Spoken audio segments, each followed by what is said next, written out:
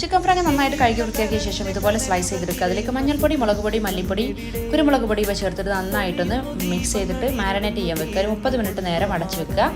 അതിനുശേഷം ഒരു പാൻ ചൂടാക്കിയിട്ട് 1/4 കപ്പ് ഓയിൽ ചേർത്ത് കൊടുക്കുക. അതിലേക്ക് ചിക്കൻ ഫ്രൈ ഇട്ട് നന്നായിട്ടൊന്ന് ഫ്രൈ ചെയ്തെടുക്കാം. ചിക്കൻ ഫ്രൈ 5 മിനിറ്റ് ഒരു മീഡിയം ടു ലോ ഫ്ലെയിമിൽ കുക്ക് ചെയ്യുമ്പോൾ ഇതുപോലെ ബൾജായിട്ട് വരും. അപ്പോൾ അതിനെ കോരി മാറ്റി വെക്കാം. സെയിം ഓയിലോട്ട് തന്നെ ഒരു 1/4 കപ്പ് ചെറിയുള്ളി സ്ലൈസ് ചെയ്തിരിക്കുന്നത് ചേർത്ത് കൊടുക്കുക. നന്നായിട്ടൊന്ന് വഴറ്റിയെടുത്ത ശേഷം അതിലേക്ക് 1 table spoon ginger garlic paste ചേർത്ത് നന്നായിട്ടൊന്ന് വഴറ്റിയെടുക്കുക. അതിനുശേഷം ഒരു ചെറിയ സവാള സ്ലൈസ് ചെയ്തിരിക്കുന്നത് ചേർത്ത് കൊടുക്കുക. അതൊരു അല്പം ഉപ്പും കൂടെ ചേർത്തിട്ട് നന്നായിട്ടൊന്ന് വഴറ്റിയെടുക്കുക. അതിനുശേഷം അല്പം കറിവേപ്പില ചേർത്ത് കൊടുക്കുക. ഇനി ഇതിലേക്ക് തക്കാളി ചേർക്കണം.